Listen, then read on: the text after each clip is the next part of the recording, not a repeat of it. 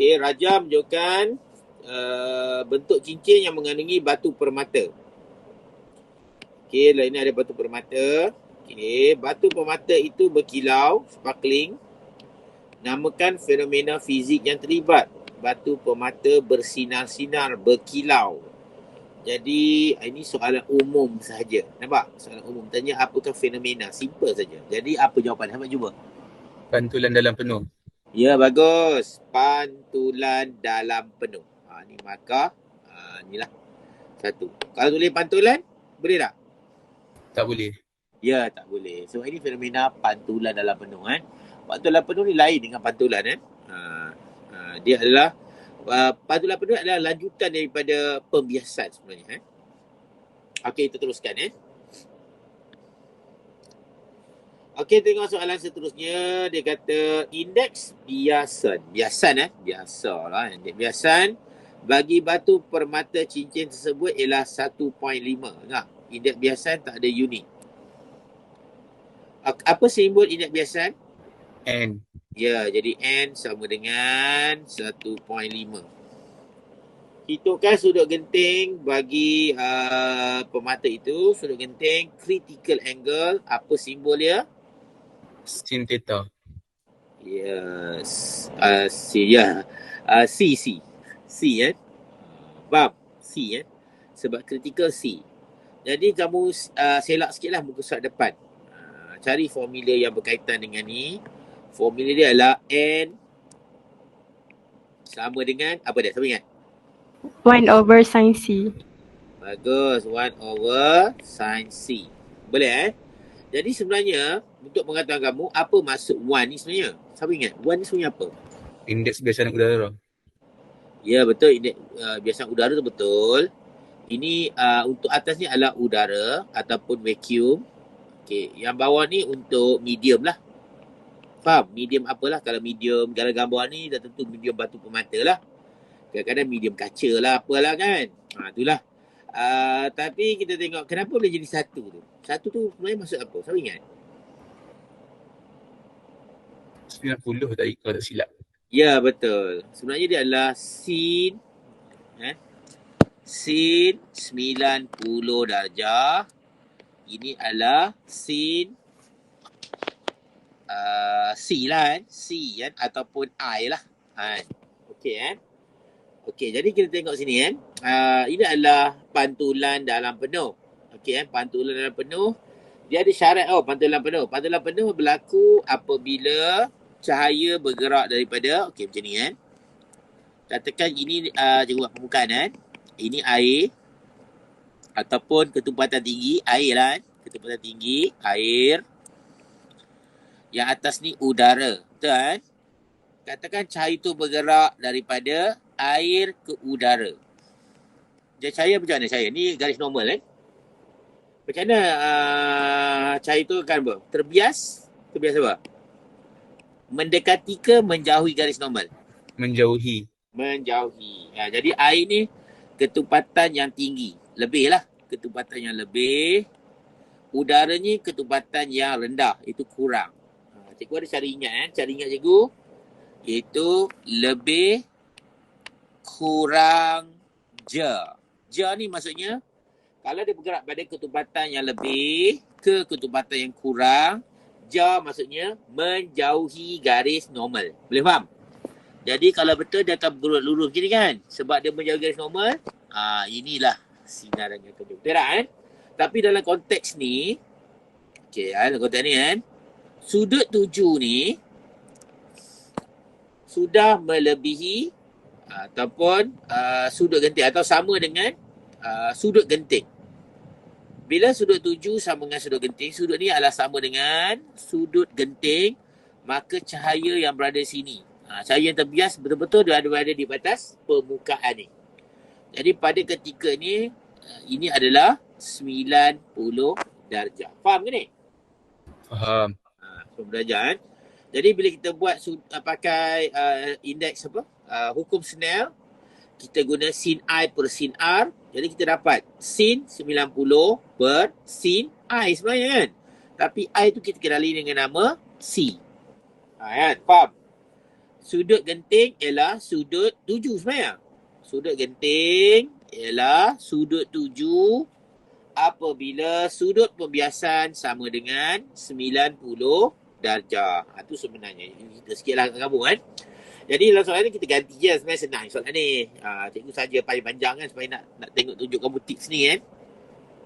Okey kan. Okey. Yang pertama tengok ni. N sama dengan 1.5. Kita gantikan. Cari C tu berapa. C tu berapa cari kan.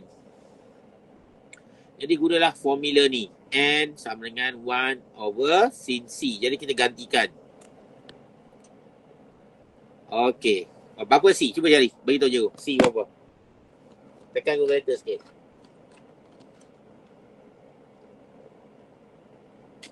.81. Okey, bagus. 41.81. Okey. Ada lagi tak lebih-lebih? Tak ada kan? 81 terus kan? Okey, kita stop sini. Boleh Ataupun kamu tukar dalam bentuk minit pun boleh lah. Tapi tak apalah kan? Dapat perpuluhan mana-mana pun boleh jawab. Cikgu, Ya, kalau pakai yang hukum Snell boleh ke untuk soalan ni? boleh. Yang kita pakai ni hukum Snell lah ni. Kenapa? Terbalik ke? Tak ada maknanya kalau macam kita berbual lah, N sama, kita buat lah maknanya kita buat hukum Snell tak letak lah sebab kita kok lupa dia punya formula sudut genting tapi kita ambil formula asal dia, formula hukum Snell tu. Boleh je? Boleh. Formula asal dia N sama dengan sin I over sin R. Kena ingat kan? Untuk mengatakan kamu, hukum Snell dia kata cahaya bergerak pada ketupatan rendah ke tinggi. Betul tak? Itu hukum Snell. Maksudnya kan, sudut yang di atas ni mesti mana lebih besar? I dengan R. Mana lebih besar? R. Tak, I. I akan lebih besar daripada R. Ini baru hukum Snell. Ni hukum Snell kan? Ni hukum Snell. Dalam gambar yang atas cikgu tunjuk ni, gambar yang cikgu tunjuk sekarang ni kan, mana sudut yang lebih besar? 90. Lepas tu kita letak 90 sini. I-nya adalah C ni lah. Dia rendah daripada 90. Dia mesti, kalau kamu kira kan, mesti sudut yang di atas lebih besar daripada yang bawah. Itu kena ingat. Sudut di atas lebih besar daripada yang bawah. Baru kamu dapat nilai indeks biasan lebih daripada 1.0. Faham tak? Faham. Okey kan? Okey kan? Adik punya soalan Ain Syuhada kan? Jawab ada 3 orang lah boleh lah kan? Okey. Cikgu teruskan lagi kan? Tu cara dia. Dia kata 2 tiap bulahan. Kalau dapat 2 lah. Kalau dapat 3 buat 3 kan? Ni nasihat cikgu lah. Paling selamat lah kan? Okey, biasanya markah tu lah kan? Markah pertama gantikan. Ini markah pertama dia. Dia tulis tu kan? Markah kedua jawapan yang betul kan? Tu dah. Tu. Teruskan lagu kan? Okey, kita pergi pada soalan seterusnya. Inilah soalan yang cikgu cakap tadi. Soalan mencipta ataupun soalan aspek dan alasan. Okey, kita balik pada formula tadi, iaitu... Cikgu, Ya? slide tak okey, baru keluar. Yelah, cikgu tak puas, saya minta maaf lah. Dia lambat keluar ya. Okey. Jadi, tengok sini N sama dengan 1 per sin C. Okey, cikgu nak beritahu kamu. Kalau ketumpatan, cikgu tulis ketumpatan bentuk ni boleh Boleh faham tak? Ketumpatan optik kan? Boleh. Ni ketumpatan optik. Kalau ketumpatan optik tu tinggi, maka indeks biasan adalah tinggi ke rendah? Rendah. Itu salah kan? Ketumpatan tinggi, maksudnya indeks biasan pun tinggi. Macam ni kan? Apa itu maksud indeks biasan yang tinggi? Maksudnya kan, dia ibarat seperti bilik yang penuh dengan meja. Kamu nak lari tapi bilik tu penuh dengan meja. Boleh lari laju tak? Tak boleh. Tak boleh. Jadi ketumpatan yang tinggi akan menghasilkan had laju yang rendah. Boleh faham kan? Had laju yang rendah. Itu cikgu cerita lah. Okey, dah bagi cerita balik. Apa hubungan N dengan C pula? Berkadar songsang. Berkadar songsang. Maksudnya bila N bertambah, C akan berkurang. Jadi batu permata tadi tu, dia punya ketumpatan yang tinggi. Jadi indeks biasanya pun tinggi. Maka sudut genting dia adalah rendah. Faham kan? Atau maksudnya rendah. Sudut genting dia adalah rendah. Boleh faham kan? Jadi apabila sudut genting rendah, apa yang mudah berlaku? Pantulan dalam penuh lebih banyak. Ya, pantulan dalam penuh mudah berlaku. Kerap berlaku. Itu contohnya. Jadi dalam soalan ni kita mula jawab. Kamu ada idea ni kan? Kau boleh jawab soalan ni dengan mudah saja. Okey, tengok yang pertama. Sudut genting. Kita nak pilih sudut genting apa? Ni jawapannya tinggi, rendah, sama. Tu je. Apa jawapannya? Rendah. Ya, sudut genting yang rendah ataupun kecil. Boleh alasan dia apa? Menghasilkan lebih banyak pantulan dalam penuh. Ya, bagus. Tepat kan? Okey, tak boleh jawab macam ni kan? Kamu nak tulis kecil, tapi tulis tidak besar. Janganlah kan? Jangan mengelirukan pemeriksa kan? Terus dia pangkar. Kesian kamu kan? Kamu jawab kecil, tidak besar lah, tidak ni pasal apa kan? Jawapan yang negatif. Jadi jawablah yang tepat lah kan? Okey kan? Okey, teruskan. Pantulan dalam penuh yang lebih. Lebih banyak yang kamu jawab tadi. Pantulan lebih boleh tak? Tak boleh. Okey, kamu tengok ya. Mudah pantul boleh? Mudah pantul. Tak boleh. Okey, tengok. Banyak cahaya terperangkap? Pun tak boleh. Ya. Okey. Pantulan lebih boleh kan? Okey. Mudah pantul tak boleh. Banyak cahaya terperangkap pun tak boleh. Mudah pantul ni dia longgarkan. Boleh faham kan? Dilonggarkan soalan ni. Mudah pantulan lebih okey lah, dia terima lah, dia longgarkan. Kan? Kalau ikut jawapan yang paling dekat dengan skema ni lah. Pantulan dalam penuh lebih yang kamu jawab tadi tu.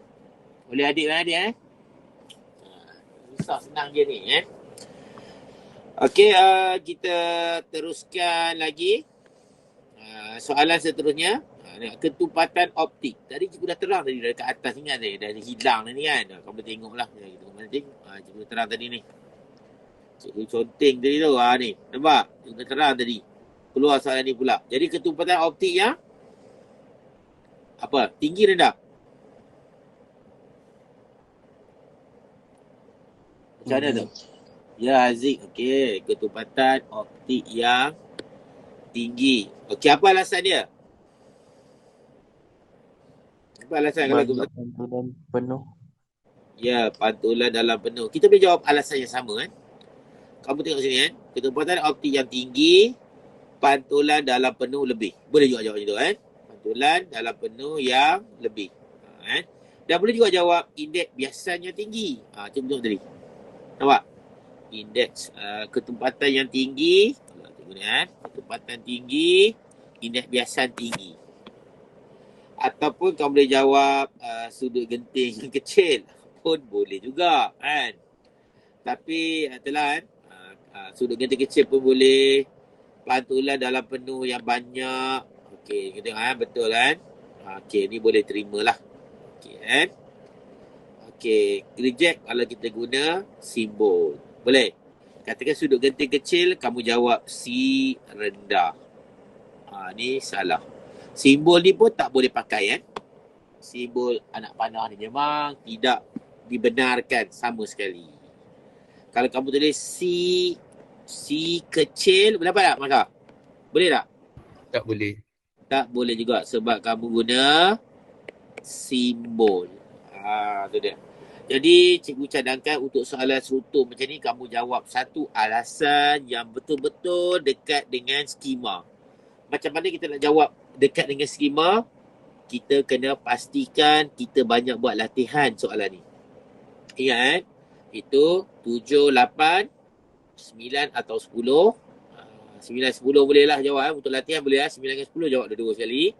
Dan nombor 11. Itu cara kita nak mahir soalan macam ni. Okey. Kita pergi ke seterusnya soalan permukaan batu permata. Tadi kita tengok tadi ni markah yang keempat Ada satu markah 3, ini markah yang keempat. Okey, markah seterusnya permukaan batu permata. Jadi permukaan batu permata yang kita pilih permukaan macam ya, kita ada dua jawapan yang licin. Rata pun boleh. Okey, permukaan kasar tak boleh Jadi biasanya cermin kita panggil permukaan licin. Betul tak? Jadi apa alasan dia yang bagus kita jawab? Permukaan licin, apa je? Pantulan dalam penuh yang lebih. Ya, betul. Kan? Tak boleh jawab berkilat kan? Berkilat, shiny tak boleh kan? Pantulan dalam penuh lebih. Tengok, dia akan ulang balik. Kalau kamu tengok kan, kita jawab tadi, tunjuk kan? Ni pantulan penuh lebih kan? Ini pun pantulan dalam penuh lebih. Nampak? Dan ini pun pantulan dalam penuh. Jadi alasan semua boleh buat sama. Nampak? Jangan takut kan. Cikgu jawab alasan sama ni, boleh ke ni? Takut. Tak ada. Kalau jawapan tu, itulah jawapan dia. Jangan susah hati. Okey ke? Okey. Okey, bagus. Ya. Okey, cikgu tengok soalan ni cikgu dah sampai penghujungnya lah lebih kurang dalam 6 markah lah cikgu tengok 6 markah. Okey, tak apalah cikgu teruskan cikgu teruskan pada yang cikgu cakap tadi. Apa soalan yang nak keluar pada tahun inilah yang ada potensi lah, bukan cikgu rasa boleh keluar apa tahun ni Jadi kalau kamu yang join cikgu punya channel boleh tengok lah channel cikgu semua ada join tak channel cikgu?